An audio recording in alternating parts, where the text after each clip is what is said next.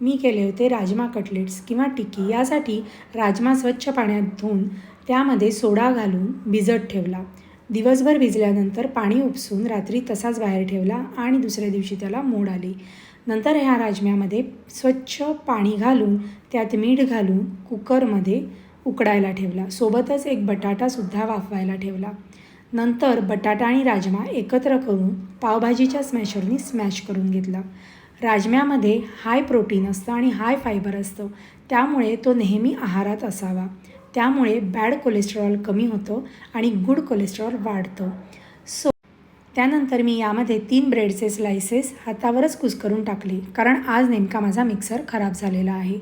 नंतर मी भरपूर कोथिंबीर चिरून टाकली. अर्धा इंच आल्याचा तुकडा बारीक किसणीवर किसून टाकला. नंतर एक मोठा कांदा बारीक चिरून यामध्ये टाकला आणि नंतर बाकी सगळे मसाले. त्यामध्ये धने पावडर, जिरे पावडर, गरम मसाला, आमचूर पावडर, चवीप्रमाणे तिखट किंवा हिरवी मिरचीचे तुकडे, मीठ, थोडीशी साखर आणि 5-6 चमचे छोटे चमचे तीळ यामध्ये घालून घेतले. नंतर हे मिश्रण हातानेच एकत्र केले आणि या मिश्रणाच्या गोल टिक्की बनवल्या. या टिक्कीज तुम्ही बर्गरमध्ये सुद्धा वापरू शकता. याशिवाय याचे ओव्हल असे मुटकेसुद्धा करता येतात. टिक्की बनवा किंवा मुटके बनवा, नंतर ते आपण शॅलो फ्राय करून घेऊ शकतो. हे कटलेट्स व्यवस्थित पॅनमध्ये तेल टाकून दोन्ही बाजूनी खरपूस शॅलो फ्राय करून घ्यायचे आहेत.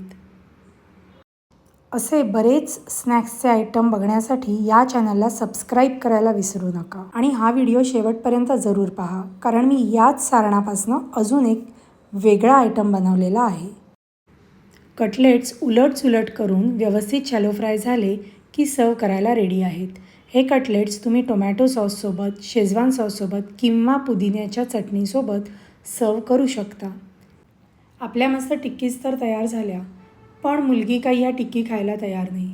शेवटी मी एक आयडिया केली.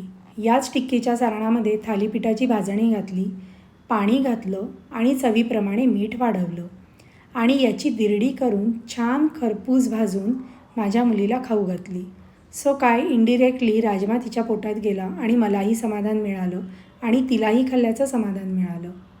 काय मग, तुम्हाला आवडली का ही पण रेसिपी? आज एकाच व्हिडिओमध्ये मी तुम्हाला 2 वेगवेगळ्या रेसिपीज दाखवल्या आहेत. तुम्हाला आवडल्या का? आवडल्या असेल तर लाईक आणि शेअर नक्की करा आणि कमेंट करायला विसरू नका.